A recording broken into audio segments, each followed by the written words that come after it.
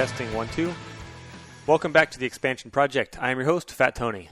In this show, I have casual yet deep conversations with professional athletes, entrepreneurs, coaches, investors, and other successful people in hopes of expanding my mind and yours while motivating and inspiring people along the way. Today, I had a great Skype conversation with Steph Gaudreau, who has a fascinating story of leaving her full-time job as a high school science teacher to pursue a paleo food blog. Not only has her blog StupidEasyPaleo.com become extremely successful, Steph has authored several books, both in print and online, teaches nutrition seminars, and has become a self-taught professional food photographer. Steph divulged the process of leaving behind the security of a full-time job, how she built and grew her business, how she continues to educate herself, where her various revenue streams come from, and a whole lot more.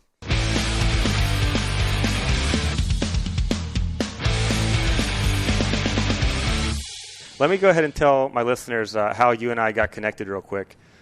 So last week, about a week ago, I went down to San Diego where you live, and I did a video with my partner, Aaron Nardi, and we filmed you for a company called Pure Pharma. So it was kind of interesting because as soon as we started chatting, I realized that you're the exact kind of person that I want to do a podcast with. And, you know, when I started this podcast, it was with the intention of having cool conversations with people that I normally wouldn't have. And I knew that a lot of these conversations were going to be with people that I already knew or with friends.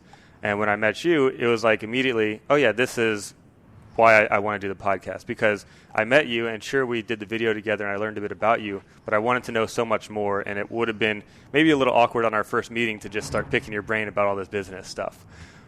So that's kind of how we got connected. And again, thanks for joining me today. I really appreciate you making the time. Yeah, thanks for having me on. So first up, how was your weightlifting meet? I know when we talked, you said coming up on the weekend or whatever, you had a weightlifting meet. How'd that go?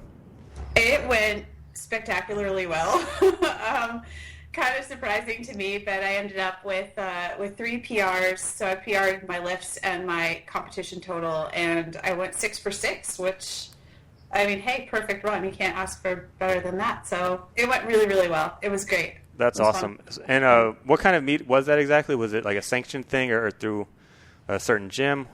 Yeah, it was called the Southern Pacific LWC, which is the local weightlifting chapter, which is kind of our general SoCal area, and a gym called Waxman's Gym up in Lawndale, California, was running the meet. So it was sanctioned, a qualifier for all the national level meets and that sort of stuff. So definitely legit, and those guys were awesome. They ran a great show, and yeah, we went up there with about 9 lifters from our gym and just had a good time. Cool. So are you trying to qualify for one of those national levels?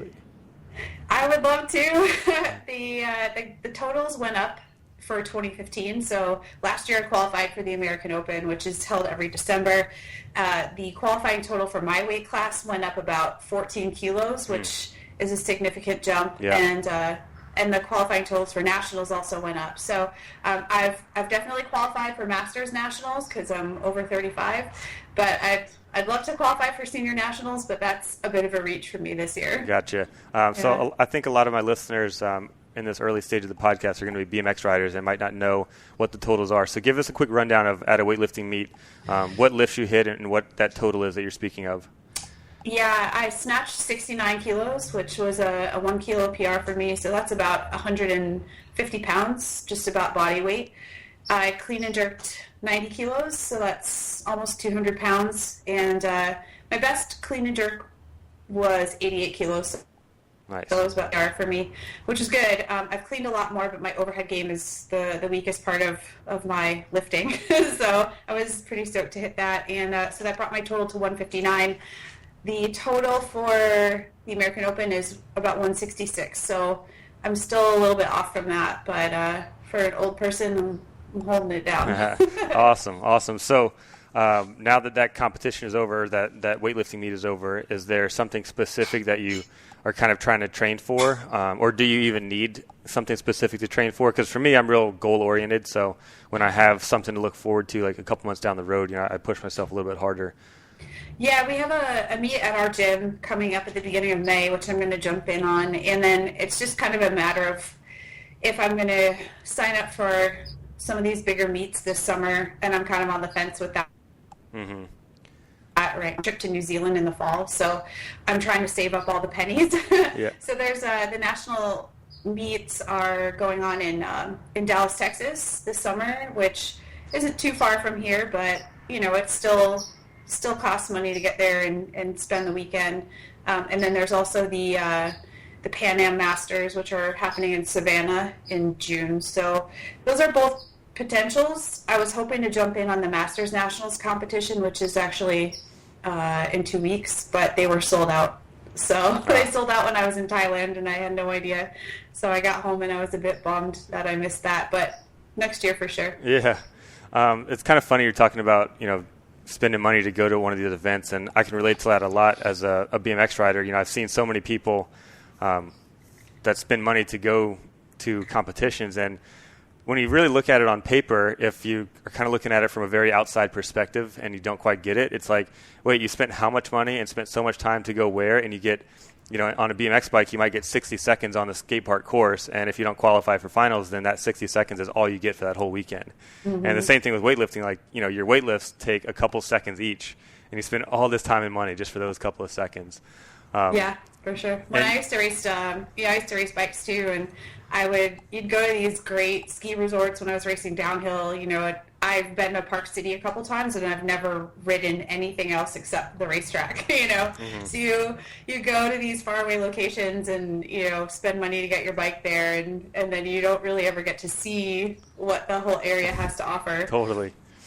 Hey, you just mentioned New Zealand and Thailand. First, have you ever been to New Zealand? Or will this be I'm not. It'll be the first time. Awesome. What part are you going to?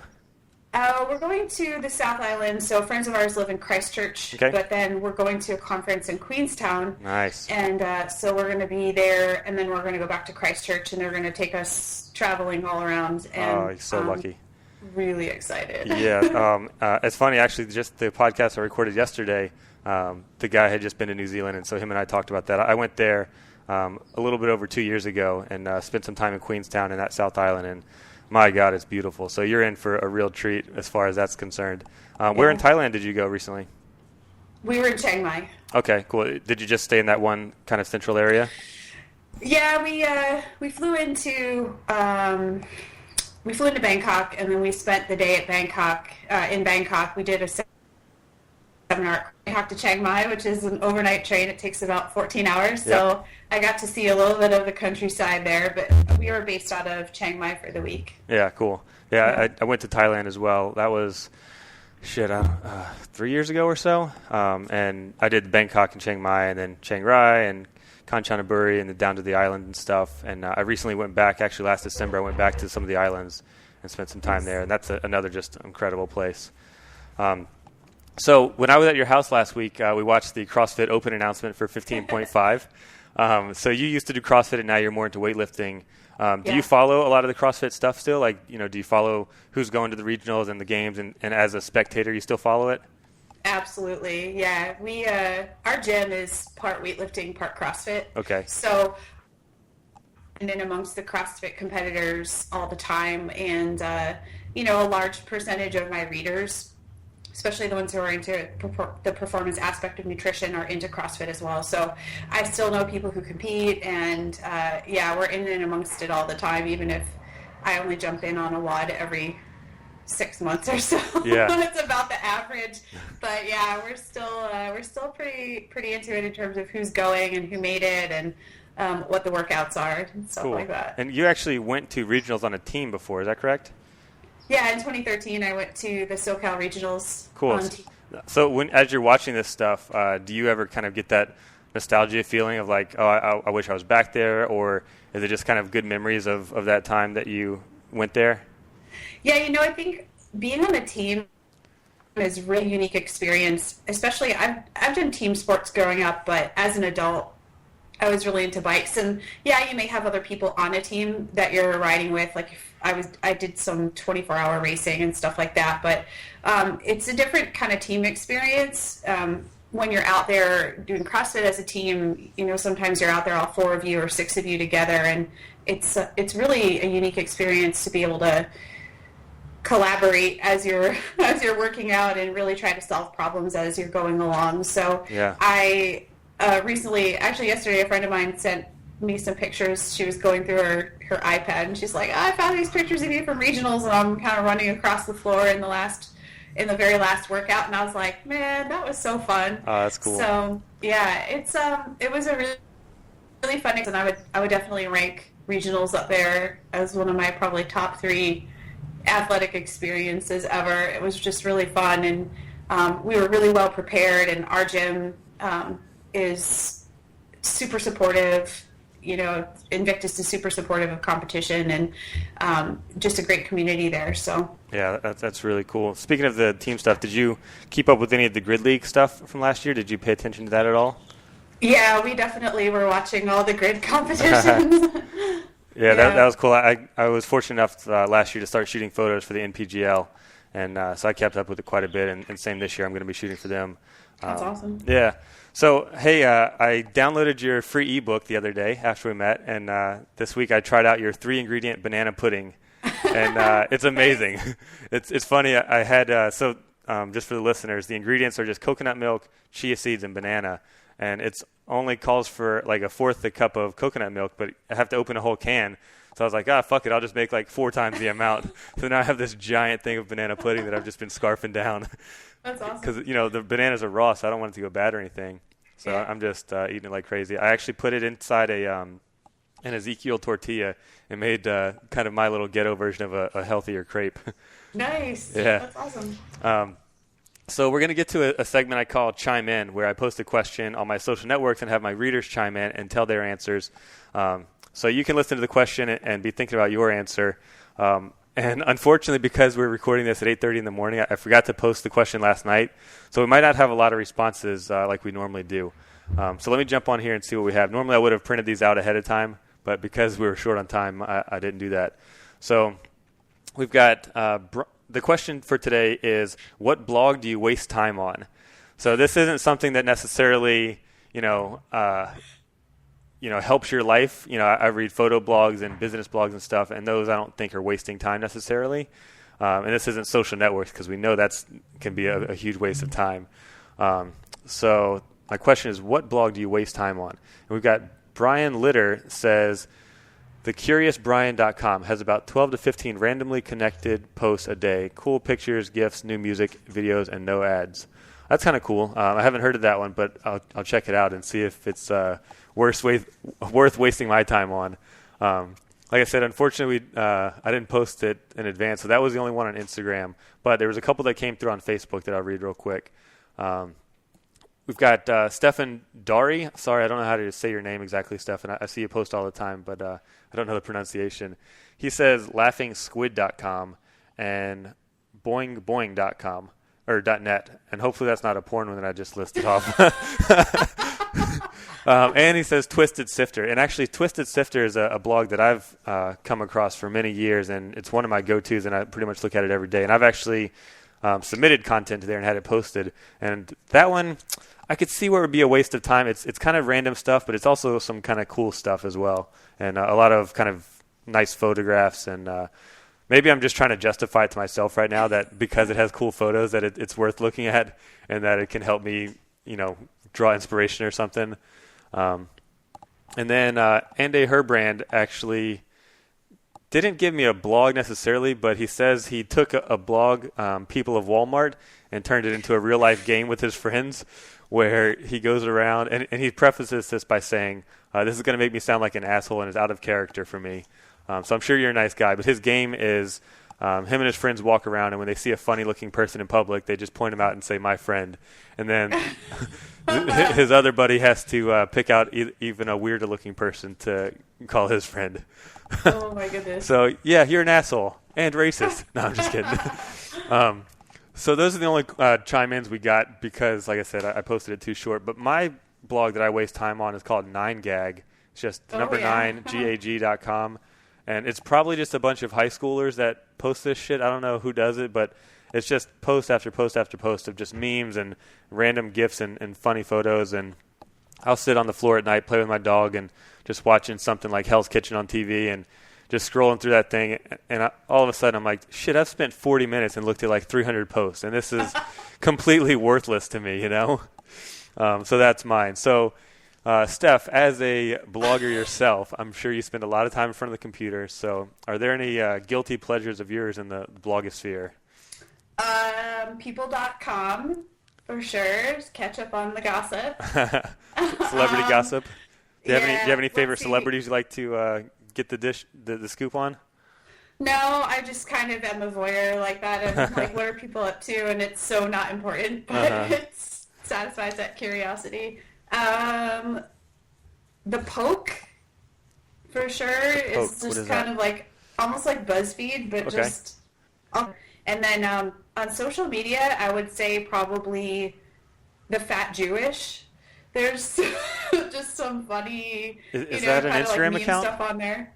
What's that? Is that an Instagram account, the Fat Jewish? I feel like I've heard that before. Yeah. Okay. The Fat Jewish. So that's another one. I'll sometimes just scroll back through the feed and get a good laugh or two. Yeah. Cool. So let's jump into the business end of the conversation here. I guess I'll start this off by asking, if you meet somebody new and they ask, what do you do? In our society, they're usually referring to your job or your career. So what do you tell them at this point? It depends on who I'm talking to, what I put first. But now my opening gambit isn't like I have a blog, because that means I think people think like I'm sitting in my mom's basement on a computer all day, which isn't the case. But I usually say I'm an author, which I've written a couple books. I'm a nutritionist, and that kind of bleeds into what I do on the site, and then I do in-person seminars and stuff like that. And then I usually say that I'm a photographer, food photographer. So those are kind of my three things. So author, nutritionist, and food photographer. And I do that. I have one of the places I collate all that stuff is on my website. Gotcha. Cool. That makes sense. So let me ask you this. When people ask that, do you pick one of the three, or do you kind of list off all three and then make them go, oh, damn, like she does a lot of stuff? I usually list all three, and it kind of becomes a rambling conversation. Right. Yeah, I totally get that.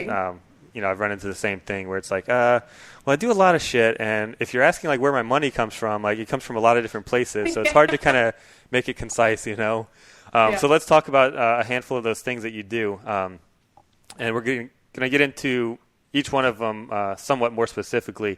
So you do have a blog. It's called stupideasypaleo.com, and you've got a really big following on there. Like you said, you're an author, so you've got a couple of books and ebooks. You do nutrition seminars, and you do freelance photography.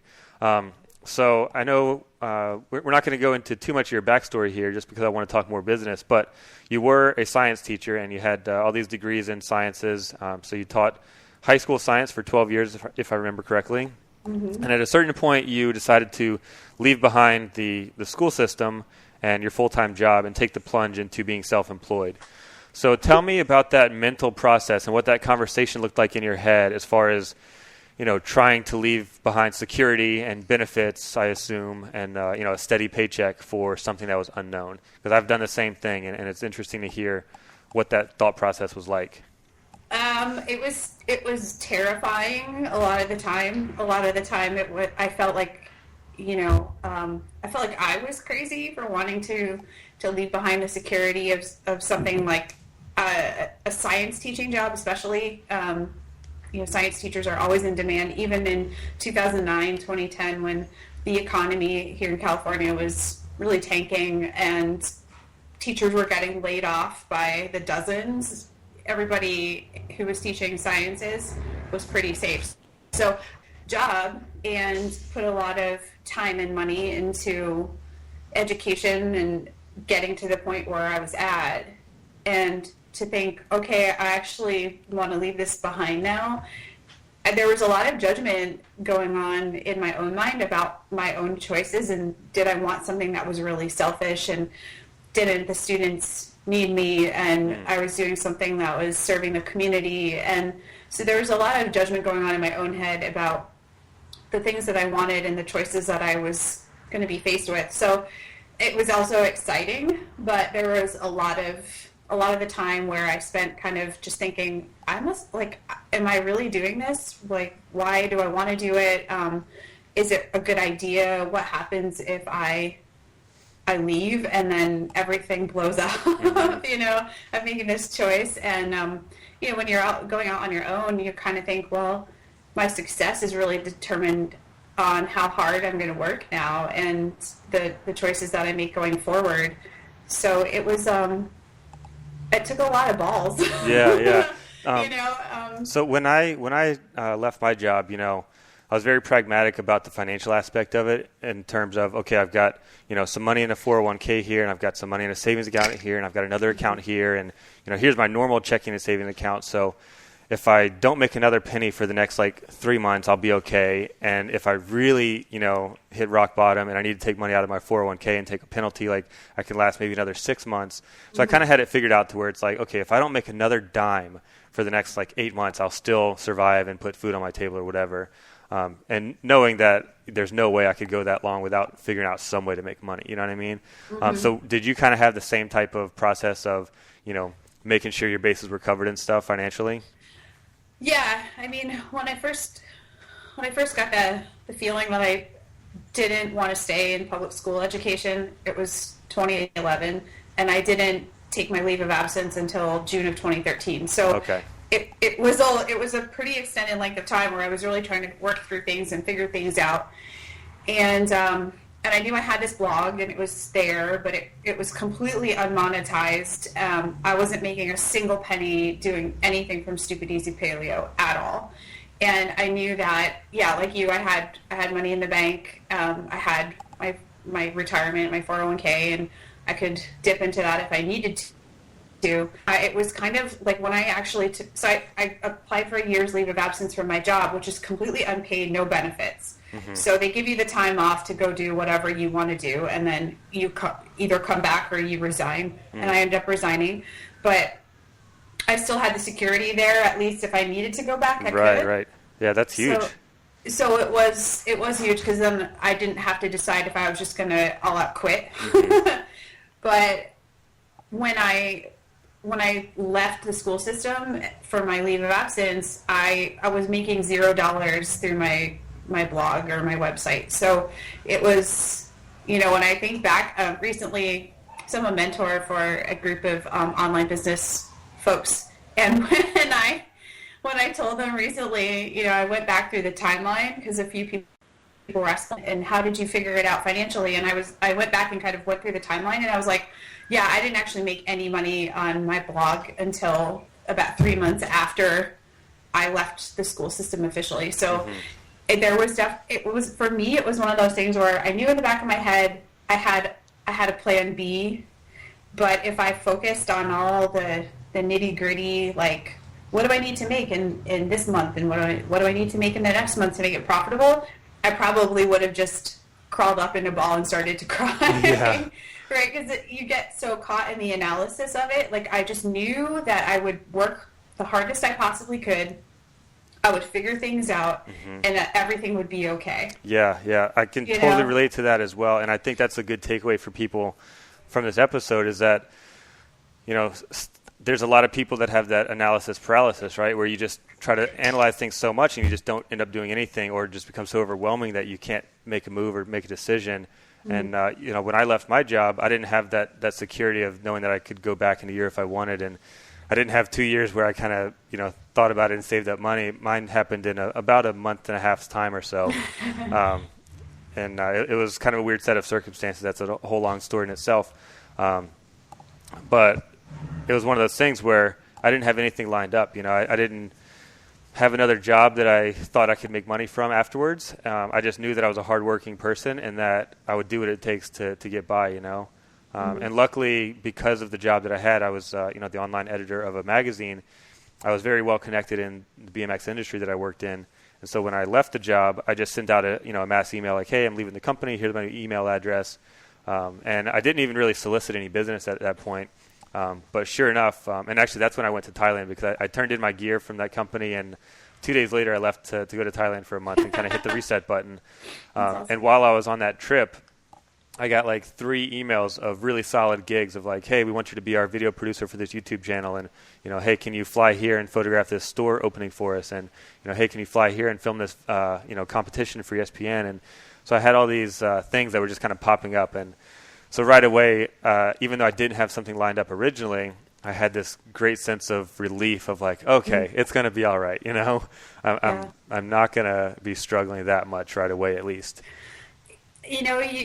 Sometimes you have to just make that choice for these other doors to open, right? And I've always kind of put faith in that and not in a pie in the sky kind of idealistic, like, oh, I'm really just dreaming. But when you're, for example, when I was teaching, teachers get a lot of time off, but we have completely inflexible schedules. School's in session, you're in session. And so a lot of opportunities that I may not have been able to take when I was a teacher, I could be more open to those. So I think it's really important for people to realize that we tend to be pessimistic by nature when it comes to like, all right, I'm going to leave this job or I'm going to switch careers and what are all these things that I'm going to miss out on and the security of this and these benefits or whatever. But their doors will always open if you are patient enough to wait in some cases, and you're willing to put yourself out there too. You just sent an email and you were like, hey, I'm free, and people, if you do good work, people recognize that and they know it and they want to work with you. So I think it's important for people to, the takeaway is like, sometimes you have to make a decision in order for more opportunities to present themselves. Yeah, I agree for sure. So when you were kind of making this plan, and like you said, it happened over about the course of 2 years or so, which I didn't realize that at first. Did you have a game plan in mind? I know you said you didn't want to analyze everything, but did you have the idea of like, okay, I'm going to try to monetize my blog and make my blog my living? Or was it, hey, I want to build an empire and, do a blog and write books and become a photographer and do seminars? Like, did you have kind of all these things in mind from the beginning, or did those sort of grow organically as you grew? I knew that there were a lot of things that I wanted to do with my blog and use it as a platform. What those things were, I wasn't necessarily sure of.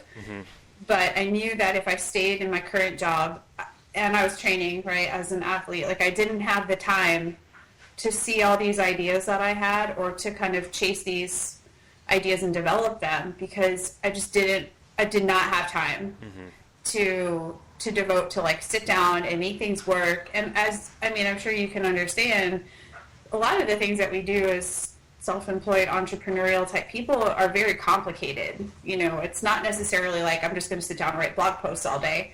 Right now I'm working on a program. It's a month-long program, and all the bits and pieces that go into that are very complex.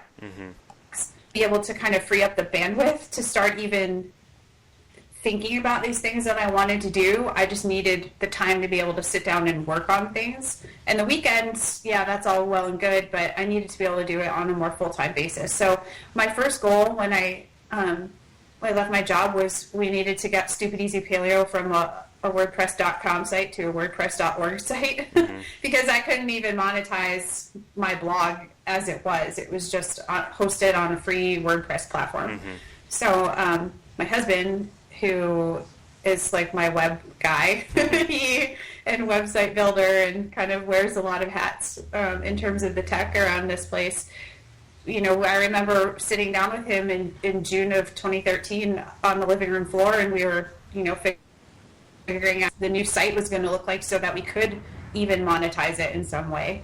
And I knew that I wanted to start putting an email list together and capturing emails, and so I had to think of something that was a good opt-in for people to want to trade me their email for. And that's literally the point that I was at that time, was like, I just need to figure out how to start serving people better, because I think ultimately if you approach your business as, hey, I have this gift, I have a passion, I want to help people, and that remains your primary focus, is like, I have something that I know I can help people do, that you can't fail with that.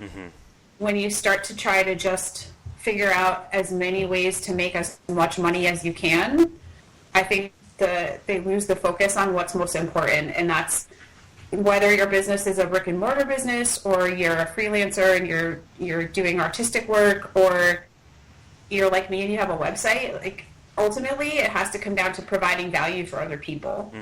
And so if you keep that in the forefront of your mind, I really don't think that you can you can fail like from just a pragmatic sort of like, oh, hey, I had this thing and then it just didn't work. I mean, obviously you could mismanage your finances and stuff like that, and that's a whole other story. But when you lose the focus and you take it away from helping people or providing value, that's when things start to become, you just kind of lose that passion, I think. You lose the connection. Yeah. So you talked about going from, the non-monetized WordPress to something that could be monetized and building up an email list and stuff like that.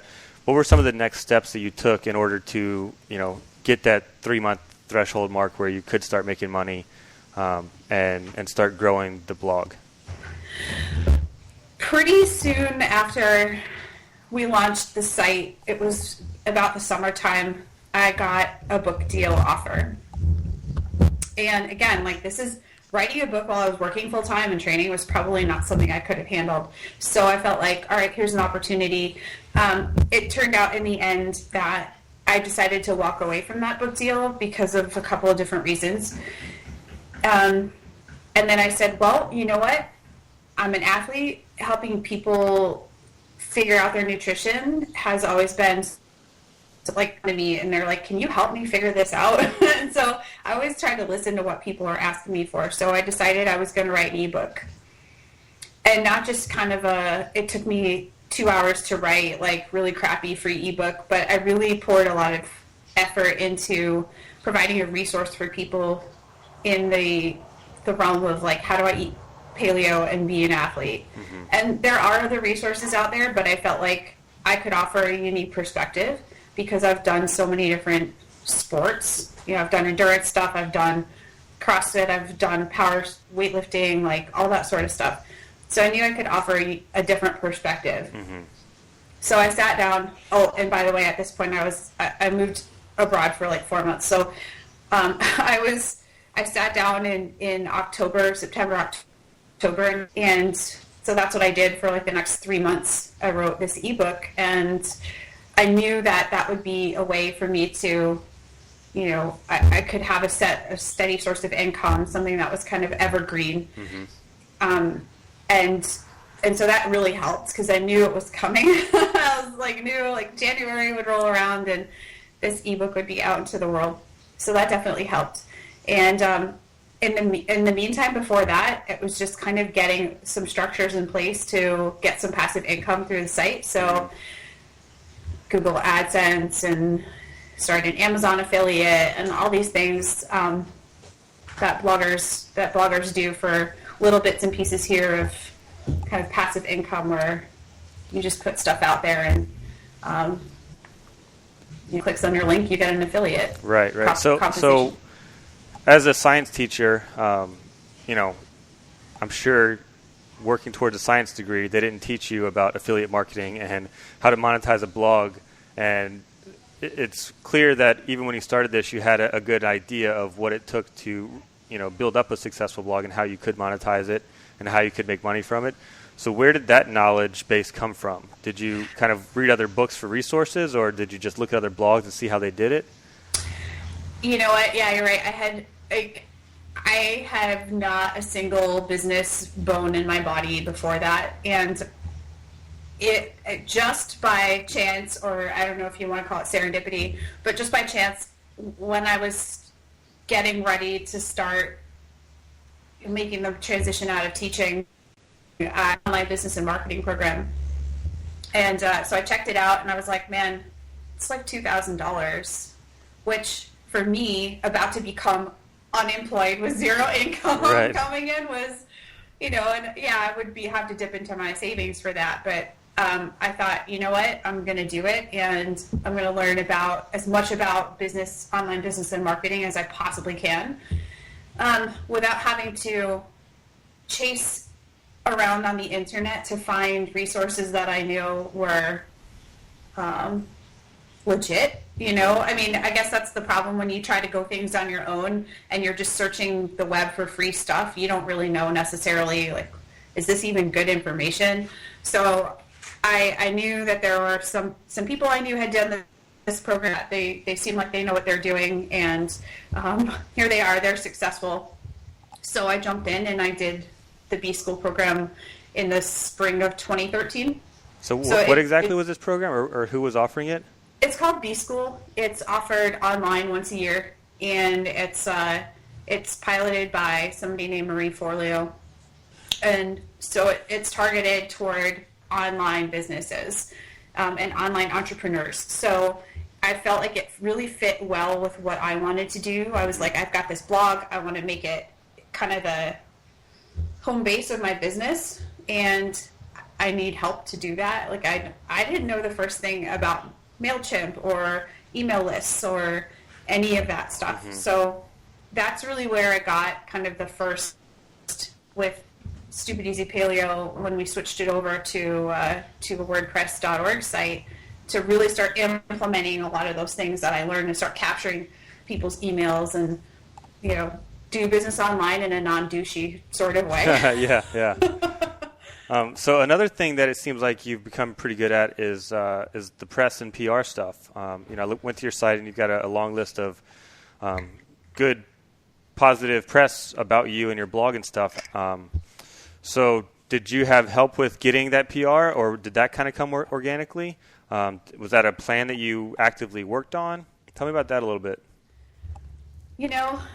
I've always kind of maintained that being a good person is important first and foremost. Mm-hmm. And building connections with people that are authentic. So, for example, how you and I met, that was just a random occurrence, but we've already kind of, talked back and forth about having similar interests. And I feel like you're somebody that, I'm like, hey, I know this guy now. Like, he's a great person. That we could network in the future and whatnot. And here we are in a podcast, and I want to have you on my podcast. So there are ways to look for like opportunities when people come into your life to start having like authentic sort of conversations and building relationships with those people. And I feel like that's first and foremost the most important thing.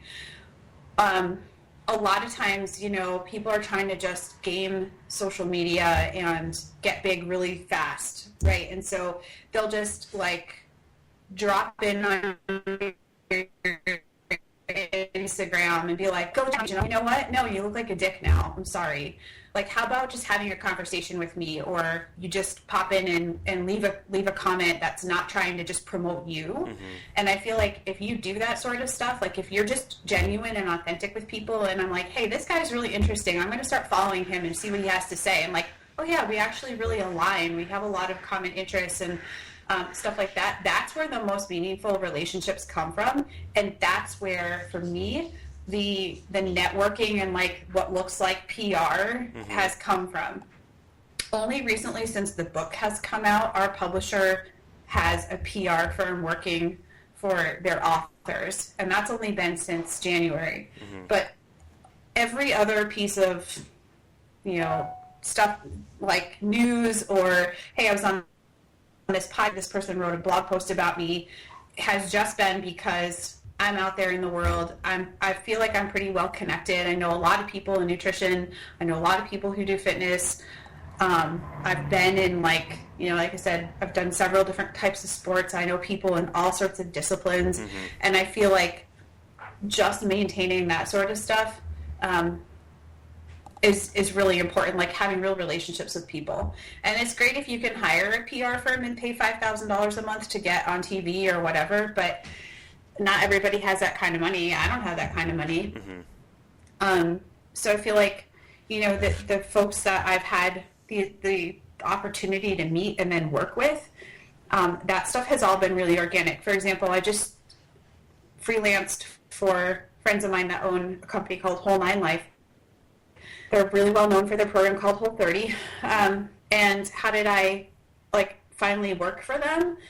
4 years ago, I went to a seminar of theirs, and I was just totally blown away, and I had already done their program.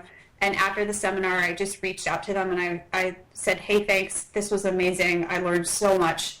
It resonates with me. And if there's ever an opportunity in the future for me to help you out and spread the word, I'm game. And that was all, that's what it took. But that was me being real and authentic and just being thankful and appreciative and saying, hey, this really affected me.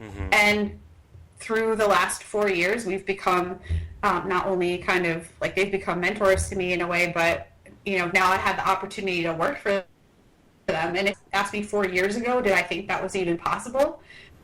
I would have said like, no, you're crazy. Like, we're in completely different places. But when you really just align yourself with the people who are doing good things that are that you resonate with, opportunities will happen. Yeah. So there's not been a lot of strategic PR and marketing and like, oh, I'm trying to get as big as I can as fast as I can, and I need to be on that person's radar right now, and I need to get them to try to promote me ASAP. Like that kind of stuff I find is not very successful. Gotcha. So let's talk about some of those opportunities. And you mentioned the book deal a couple times. And actually, you said you turned down the first book deal. So I wanted to backtrack a little bit and ask if you don't mind sharing why you turned down that particular deal. I didn't feel like, in my gut, it was a gut feeling. And I tried to override it and say like, oh, this is a great financial opportunity for me. And, it could open doors for me in the future, which I'm sure it would have. But I felt in my gut it wasn't the right project. Okay. It was going to be a collaboration, and the way that it was pitched to me and the way that it came across in the actual contract, I felt like it didn't quite align, and I felt like my role was going to be different than I envisioned it. So I ended up deciding that I was going to walk away from that deal. And actually the publisher who cookbook had emailed me right around the same time, and they said, we got your name from another author and we'd like to work with you. And I said, oh, I'm sorry, at this time I actually have another contract. And I was about to sign the first contract. So I politely turned them down, and when I wrote the ebook, and then in January when I got back to the States, I said, I don't know, like maybe I'll write a print book. And so I just emailed them out of the blue and said, hey, FYI, I never wrote the cookbook with the other publisher. If you ever have anything available, let me know, and I'm interested. And then that's when we struck up a conversation about what became Performance Paleo. So. Cool. So just to fill people in real quick, and you can use this time to plug that book. What is the new book that you have released? It's called Performance Paleo Cookbook. And where can people find that? Barnes & Noble, and then basically anywhere online that books are sold. Cool. So for that one, they originally reached out to you and you turned it down, but then you kind of reached back out to them. Mm-hmm. When they first contacted you, how does that even happen? I mean, somebody that has never done a book deal, I'm like, how the hell do you get a book deal? Is it because you just had a popular website at this point and people knew your recipes, or is there something else there? It was actually a friend of mine who wrote a book with that publisher who suggested me as a potential. Okay. So again, like there's that value of personal connection and knowing people and not being a jerk, mm-hmm. which can work out to your advantage. So she just suggested my name, and the publisher reached out to me, and at that time I had a growing website and things were picking up steam, and there was some momentum there. So I think they felt like I was a good person to reach out to. Cool. So you talked about this marketing or online business seminar type thing, and you mentioned going to another seminar. Is that something you do on a regular basis to kind of keep your education up? Or if not, are there other things that you do to sort of constantly grow in your business mind and keep learning about business and life and stuff like that? Yeah, I'm always kind of combing around looking for good resources, and I employ a similar strategy to what I recommend to people when they're first trying to get healthy, mm-hmm. right? Like find a few websites that you like, people that resonate with you, that work that you find valuable, and kind of like try to avoid this thing where the internet is basically an unlimited amount of information, and it's easy to get really overwhelmed really quickly. So I'm always kind of on the lookout for new and interesting websites, but at the same time, I tend to have those people now that I'm going back to over and over again because I find what they do very valuable. And a lot of it's just connections I've had through the B School program that I did or people that I learned about when I was doing that. So, and then like through them, you find other people and it's kind of a chain reaction. So I try to keep my nucleus pretty small, but always like be open-minded as to things that are out there that could be helpful. I tell you what, Steph, as you're saying this, my brain is just going, God damn, that's smart. Because you're right. The internet is so massive. And if you, now that you've like made that correlation to training or nutrition or whatever, I can totally see what you're saying. Like, I do CrossFit, so I follow the programming of my gym, and maybe I'll add in like another accessory program every, once a year, twice a year. But for the most part, like I stick to that plan. And if I was to go to a different gym every day, or if I was to pick a different workout every day online, I wouldn't really get anywhere. And so what you're saying is basically find something that works and kind of like keep following that resource and keep taking from that resource so that A, you don't get overwhelmed, B, it kind of stays consistent. Man, that just makes so much sense. Like, that's amazing. And I just never thought about that because I surely, look at stuff all the time and I do get overwhelmed. There's so much out there. Wow. Yeah. My mind has just been blown. So let's see. I've got a few lists of notes here. So let's get on to talking about your actual revenue streams now. So we talked about the ads on your blog. And so I did a little bit of homework, and I'm kind of, looking at your website and just sort of searching you out online thinking, okay, what is she doing right now? So let me run down the list of things that I see that you're doing. So you've got ads on your site. You've got branded products on your site. So you actually have a shop and you sell your own, products. You do nutrition seminars. You have some kind of endorsements with companies like Pure Pharma that I did the video with, perhaps other brands as well. You've got the book deals that are in stores and the ebook that you do online independently. You've got the affiliate marketing like you're talking about. So you've got, say, a Amazon banner on your site, and if people click through that banner, then Amazon gives you a kickback or whatever. And you do now freelance photography. Am I missing anything as far as revenue streams? I don't think so. I got to like make a mental inventory as you were talking. No, I mean that pretty much represents the majority of it. And now I want my mom to listen so she at least knows like that's how we have this conversation. It's like, how do you actually make any money? Yeah. I think that's a real common thing to outsiders, and that's why I said that. I kind of look at people like you, and I can sort of digest it, and I can look at your website and see, okay, there's a stream, there's a stream, there's a stream, and so those are the things I am trained to look for, I guess. Yeah. But people to the outside don't fucking get it, and it's so hard for them to understand like how you just sit at your house on the computer and end up creating money. You know what I mean? So is there kind of a bread and butter stream that's sort of your main thing, or are they all like small pieces of the pie that just add up to the bigger pie? It just depends.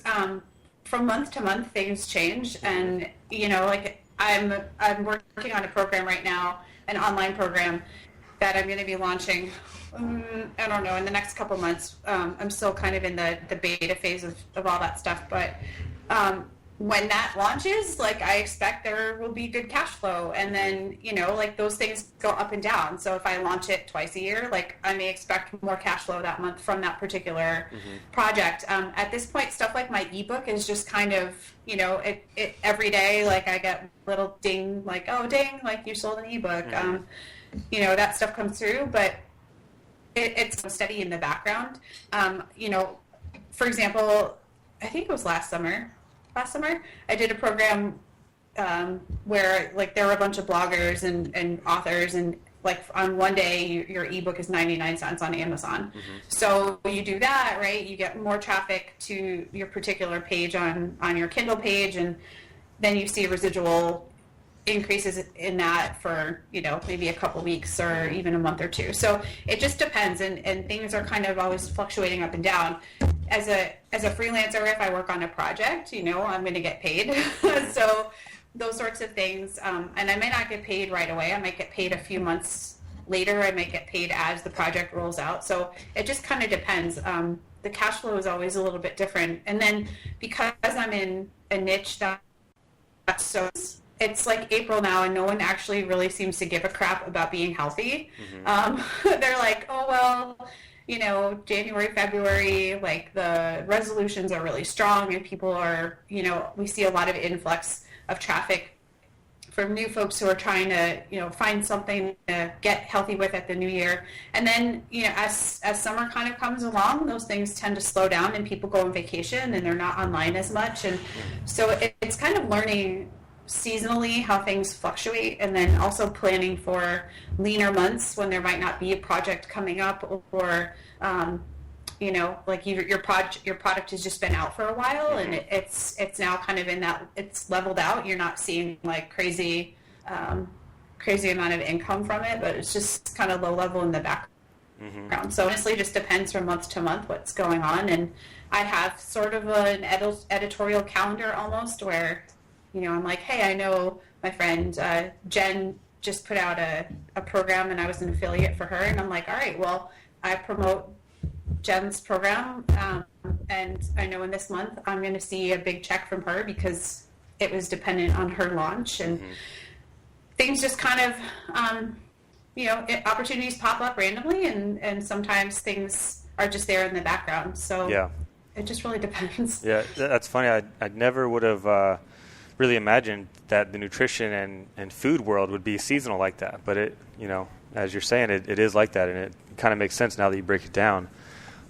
So one of these revenue streams that we're talking about is your photography, which you didn't grow up with a camera in your hand like I did, but somehow you're now a professional photographer, and you kind of have a specific niche, which is food, which obviously is fitting for you. And I know just from our brief conversation the other day that it kind of came about in an interesting way. So tell us a bit about that. Well, if you have a food blog, you've got to have pictures on your food blog. And I started off with my camera, and my camera at the time was like a Canon point-and-shoot, Canon ELPH, like tiny little camera, and that I use on auto. And then sometimes I'd use my phone. So that's how I started off my photography, because I had no idea. I had never used a camera that had manual settings. I didn't know how to operate anything. I finally decided in 2013, right before I left my job, actually, that I wanted to get a DSLR camera to improve my photography even more. So I went out and kind of like bought the entry-level Nikon camera and used it mostly on auto because I didn't understand how manual functions worked on a camera. And things got better, and slowly I just practiced a little bit more.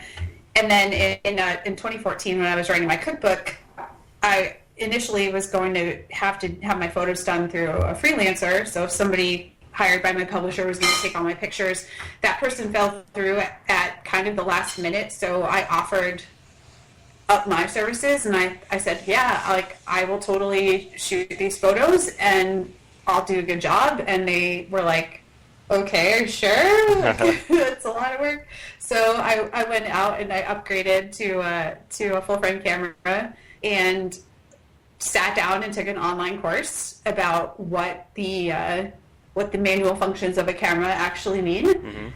And I'm not joking, it was like the weekend before I started shooting my cookbook, and all these light bulbs went off, and I finally understood how it all worked. And so then, yeah, so I've been shooting since then. And I mean, I guess it was really, I just had an intense practice period, which was really shooting my cookbook. And even since then, I look back at those pictures, which I shot last summer, and I think, oh my gosh, like I can't believe I would have used that aperture, or I can't believe I was using like full manual, not aperture priority. And so I've just learned a ton, and I found as a kid, I really liked drawing. I really liked arts and crafty type of things, sewing. I know how to knit. Like, to me, that sort of creation was really this like dual nature of my personality. And then I got really into, I've always loved science. So when I was in school, I studied science. I became a biology major. I became a chemistry and biology teacher. So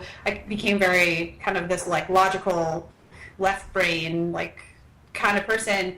the photography part now has really, to me, like reawoken that creative side. Yeah. And I find like that's just my creative outlet now. And so even if I'm not shooting for a project or taking recipe pictures for the blog, I try to shoot something every single day. It doesn't always work out that way, but I try to just take something from my kitchen or like pick something up at the store and bring it home and put together a shoot and try new techniques and like just to learn. And I find it really gratifying and I really enjoy it. Yeah. And so I think that's why I've just, you tend to stick with the things you're good at or you really like. Yeah. And for me, photography has been that way. So I've had the opportunity now to photograph another cookbook for a different author, so I became the freelancer for them and shot a couple other smaller projects, and I've got a potential cookbook project coming up in the works.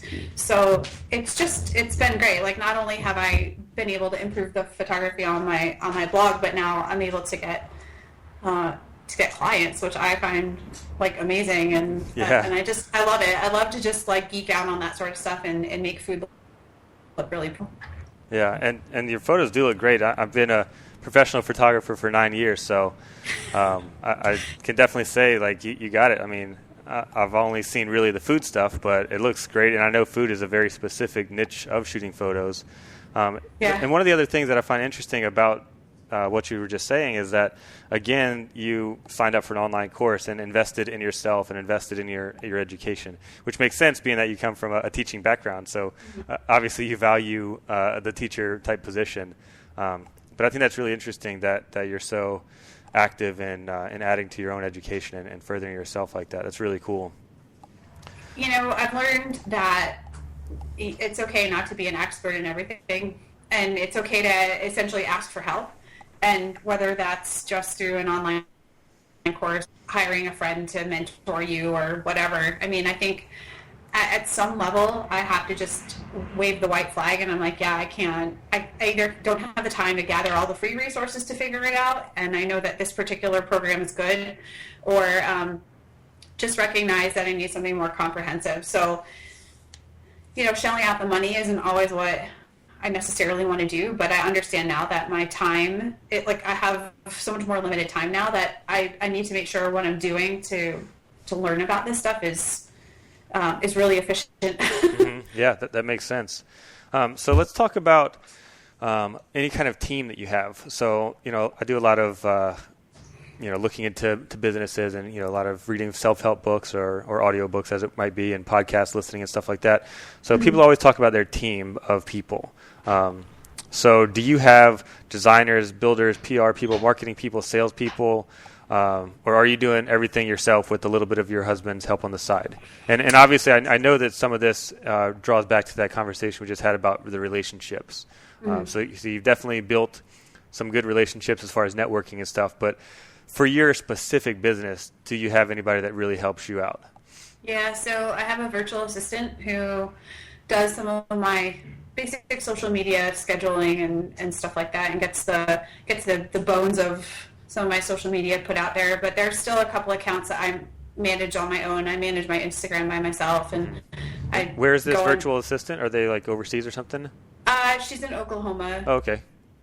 Yeah, so she and I have actually never met, but we knew each other through blogging. So, my tech guy, like go-to guru, is my husband. When that I get like a folder with a flashing question mark on my laptop, or I can't figure out a particular just there's something with the tech that's not working, and then he's also the one who is building my new website. So we collaborate on that, and we have our publisher has a PR person who works specifically on PR for the cookbook.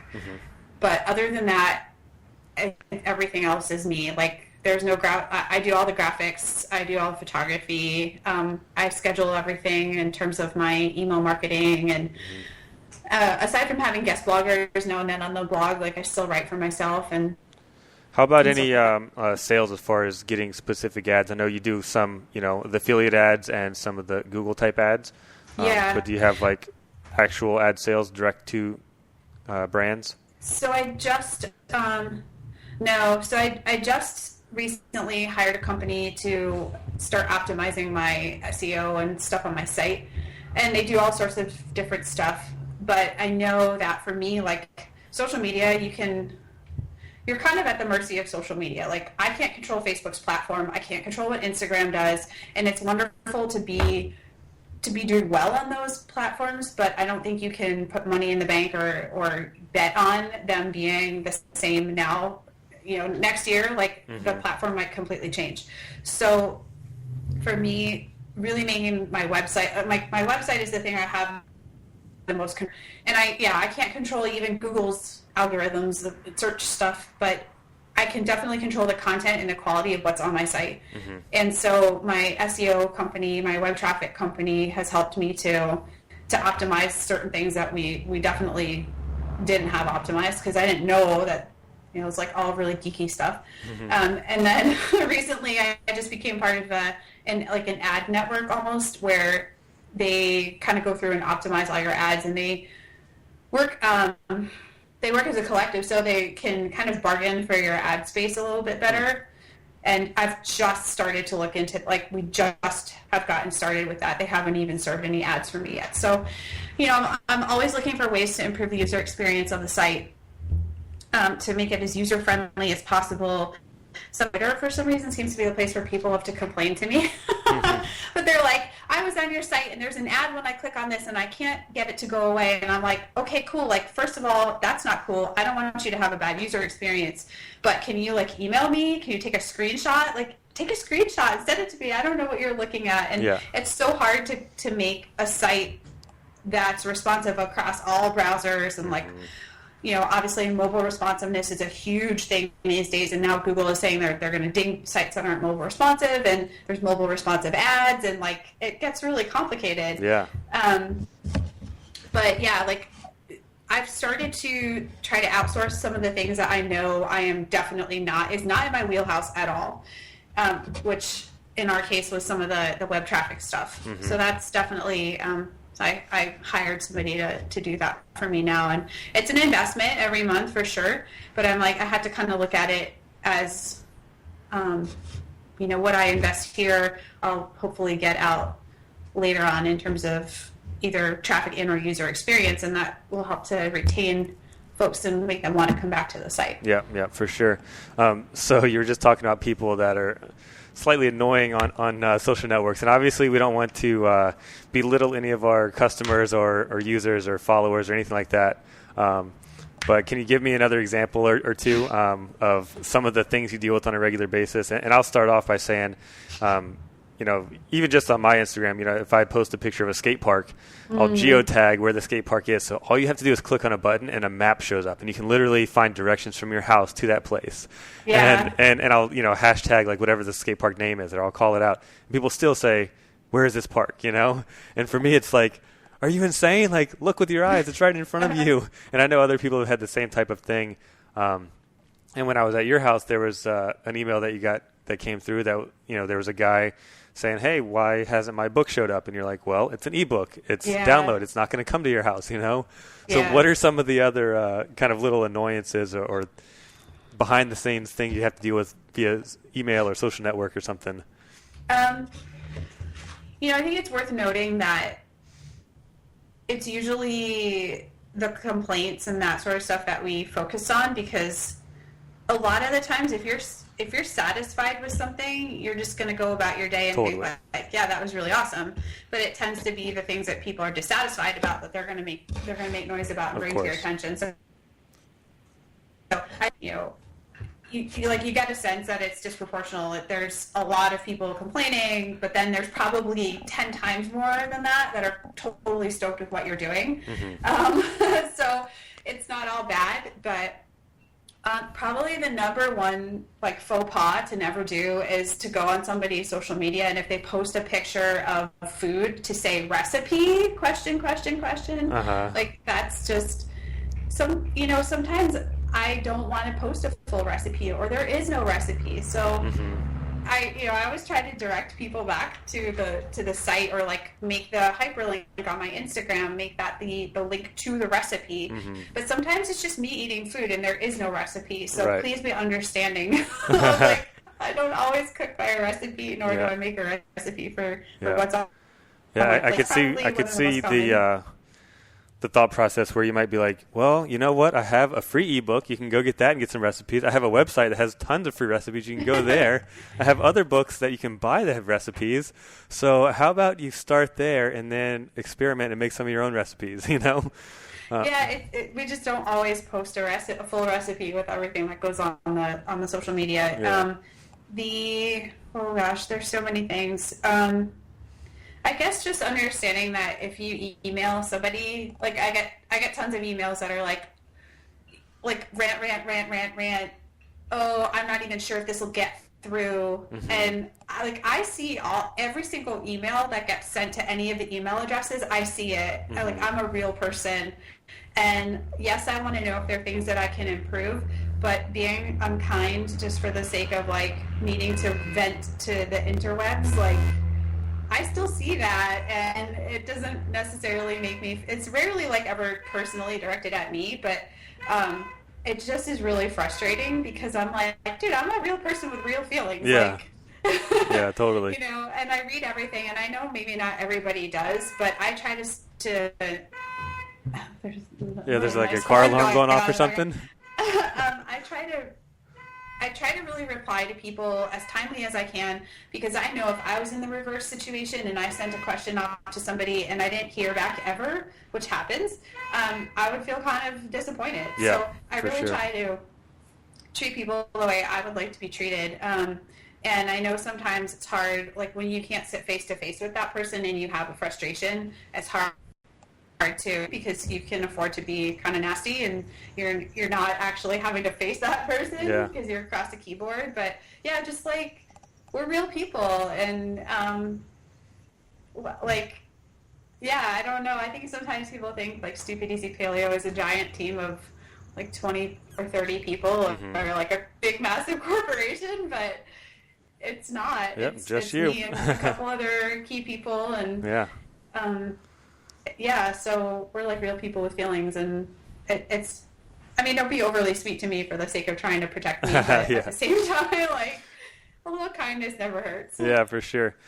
Cool. So we're a little bit over on time, and I was telling you earlier, I'm pretty new to this podcast. That's pretty obvious to everybody at this point. You're only the, I think, fifth person that I've sat down and interviewed, and I'm realizing that it's really fucking hard to have these good conversations and try to keep it under an hour. There's just so much stuff to talk about. Mm-hmm. So I do have a couple of quick hits that I call it, which they can be quick if you want them to be shorter answers, but if you want to talk a little bit longer, please, by all means, feel free. So my first question is, and I'll back up and just say, too, that these are some questions that I like to ask all my guests, either the same or real similar questions, because I think it's really interesting to see what different people from all over the place kind of have to say about the same topics. So for me, eliminating stress and clutter, which I think eliminating clutter can lead to eliminating stress as well. That's a kind of important part of my life. And there's a handful of things that I do, either subconsciously or consciously, that I try to do to help eliminate stress and clutter in my life. So I'm wondering, are there one or two things that you can share with me that helps you manage stress or eliminate clutter, or just kind of make your life a little bit more simple? I think I have a routine every night that I go through, and I think that kind of helps to keep me grounded. So just trying to tidy, for me, the kitchen is... Is your husband tiptoeing behind you?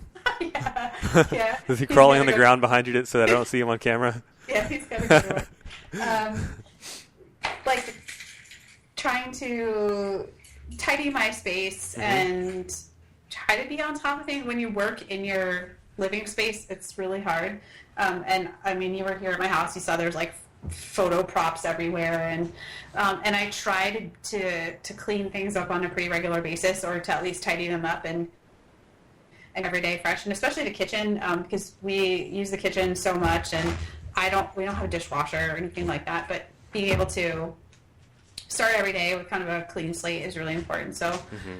Yeah, and then recently I just kind of went through a bunch of stuff that I've been carrying with me throughout, all these different moves that I've made in my closets. It just stuffed things away, and I was I've never used this pillow in 3 years. I'm throwing it out, or we actually had tag sales. So just trying to physically declutter the environment really helps. Cool. So you actually sort of halfway answered a question earlier that I didn't ask yet. So my question is, have you had any mentors throughout your life? And if so, tell me a little bit about that relationship. Yeah,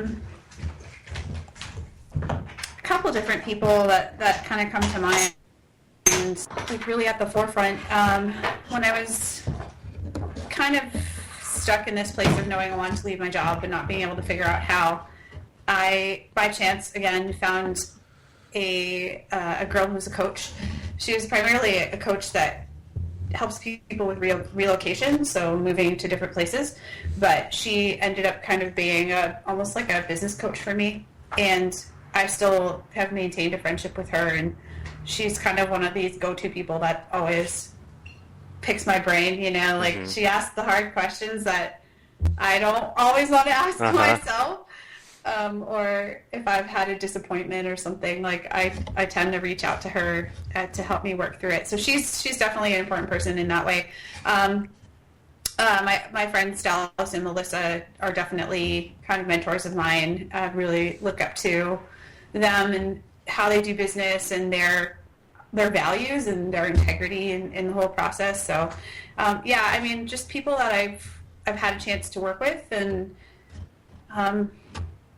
yeah, like I don't have a business coach proper, but I've had a lot of people who have stepped up to the plate and helped me through, you know, making tough decisions or figuring things out. Yeah, cool. When do you feel like you get hit by inspiration or ideas the most? And I'll go ahead and answer this myself because I've asked it to a handful of people, but I haven't answered it on my own yet. So for me, I feel like when I'm kind of completely checked out and I'm traveling, I really get hit by ideas. Like I spent all last month in Asia, traveling through Singapore, Malaysia, Bali, and Thailand. And, you know, just while I'm on a boat, like traveling down this little river in the jungle for 3 hours, you know, I'm sitting there either just looking at nature or listening to a podcast even, and really just kind of checked out of my normal reality. And I'll hear something on a podcast that just sparks an idea, or I'll just be looking at trees and sparks an idea. You know what I mean? Like, just randomly kind of checked out where my brain is just completely turned off from what's normal to me. And those are when the ideas will come, and I'll take out my phone and just write on the notepad, like, you know, jot down my notes or ideas or whatever. And then when I come back from a month of traveling, I've got this whole list of notes of like, okay, let me follow up on this one. All right, that idea sucks, you know, like scratch that one off and don't even pursue it. And, oh, that's a good one. Let me chase after this one, you know.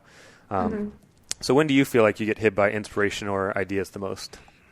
It used to happen a lot when I was out riding, because there would just be kind of out in nature and, you know, soaking it all up. And but I don't ride anymore, so it's usually one of two places. It's usually either when I'm lifting or when I'm in the shower. Okay, cool. And it's funny that you bring that up, because that's definitely like a diffuse mode thinking type of, you know, type of thing where your brain's just wandering and making connections between things, and you're more free and open-minded versus when you're like really focusing on a task. And it's almost that thing where you're like, I'm trying to think of the person's name, and you can't. Right. You know, the more you try, the harder it is, and then you forget about it and do something else, and it just pops into your brain. So yeah, so it's definitely when I'm not focusing on what I'm doing. Yeah. I have to say, I'm super jealous you were in Bali, because I was there 3 years ago, and I would go back. Oh, yeah. And as a foodie, oh, my God. Yeah, I spent a little bit of time in the city of Ubud, and as a vegan, oh, my God. I literally, Steph, I ate like 4 giant meals a day because there were so many restaurants, and I only had a few days there. Yeah. And I was like, I kept getting recommendations like, oh, if you're vegan, you got to go try this restaurant, you know? So I would go there and like, okay, I'll get a smoothie and an appetizer and an entree and 2 desserts. And I would eat like that seriously 4 times a day. Oh, and then I would buy like extra snacks like from their little shop to take with me. Oh, yeah. Ubud was fucking insane as far as food goes. Yep. I got 2 more questions for you here. If there was a movie made about your life, what would be the hardship or obstacle that you overcame in order to achieve your success? Self-doubt. Self-doubt for sure. Okay. You want to elaborate on that or leave it there? Yeah, I've always just kind of had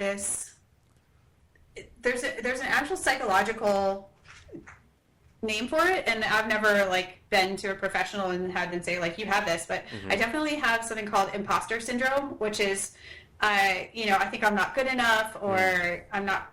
People will question why I think I'm good enough to do a certain thing, or that I'm an imposter. I'm making this up. So I've really battled that throughout my life. But recently, I've been able to. The more I focus on creating and just doing the work that I know I need to do, that doesn't pop up quite as much for me. But yeah, probably like self-doubt and like just limiting thoughts. And I find that since I've really been just, like I said, that I know I feel passionate about, that seems to be less of a problem. Yeah. Well, good. And my last question I have for you is, do you have a favorite quote or maybe a favorite piece of advice that someone's given you? Something that's just kind of maybe a mantra of sorts, or just something that sticks with you that you think about on a regular basis? Yeah, I always think about no matter what it is that I'm working toward, the goal can seem really big and really far away and really insurmountable, but taking some kind of action, even if it's very small. And I actually just posted something like this on my Instagram this morning, but it's something I think about on a really regular basis, is like, you may have this goal and it seems really lofty and out of reach, but the worst thing you can do is stand still and forward. You're still moving forward. So I always try to think about taking little steps over time add up. Yeah. And, you don't always have to wait until the moment where you've figured out how you're going to make a giant leap forward. Like, you can do that little granny shuffle, and eventually you'll still get there. So I just challenge people to, think about what they really want and take at least even one small step today. Like, you don't have to wait until the perfect time. And I think a lot of people wait for the right time. Like, I'm waiting for the right time to do this. I'm waiting until I've paid off this and that. Like, I'm waiting until my kids are older. I'm waiting, fill in the blank, fill in the excuse. But do something now and do something small to get yourself on that path. Yeah. Those are, what you just said is almost like two quotes that I kind of think about relatively often. I think the first one might be from Martin Luther King. And I don't know the exact word, but he basically says you don't have to see the top of the staircase. You just have to take the first step, right? And so like you said, you don't have to know all the steps that it's going to take to get to this goal. But if you take that first step, then you'll see the next step. Or there's another analogy about your headlights in the car. You can see 30 feet in front of you with your car headlights, but you still know you're going to drive 500 miles, So you're seeing 30 feet at a time. And you drive 30 feet, and the next 30 feet become more visible. And then the other quote that kind of fits into what you were just saying is, or maybe it's a concept more than a quote, is I can't even remember what book it's from now, but they talk about instead of ready, aim, fire, you should do ready, fire, aim. And so, you instead of aiming and doing all that analysis and waiting for that perfect time, you fire and then you start to aim. Like you just start going and you make corrections along the way and you figure it out as you go. So cool. Yeah, I think that's some great advice. So we're going to wrap up there, Steph. Thanks again for joining me. Give some plugs to your social media, and of course I'll put links to that on the website and everything. But tell us where we should go to find out more about you, to check out your work, to find your books, all that kind of stuff. Everything's on stupideasypaleo.com, and on social media, anywhere you can type in Stupid Easy Paleo as the account name. Easy enough. Then both of my books, my ebook and my print book, are available through Amazon, and the print book's in Barnes & Noble, and coming to Costco apparently as well. So Costco in the month of May. Oh, awesome. Congratulations. Yeah, thanks. Cool. So, of course, everybody can follow me on all my social media stuff at FatTonyBMX. And if you want to check out the show's website, it's at theexpansionprojectpodcast.com. Hopefully by the time you're hearing this, we're going to be on iTunes, so you can subscribe, and plan to upload a new episode every week or so, provided my account will allow me to upload more episodes. So thanks again, Steph. I really appreciate this. This was a great conversation, and I've said this to a handful of people that I've interviewed, but I mean, these conversations are 100% exactly why I wanted to start a podcast, and I learned a lot from you, and hopefully we can keep in touch and keep that network growing. Sure. All right. Take care. Thanks again. Pleasure. Thanks. Bye. Bye.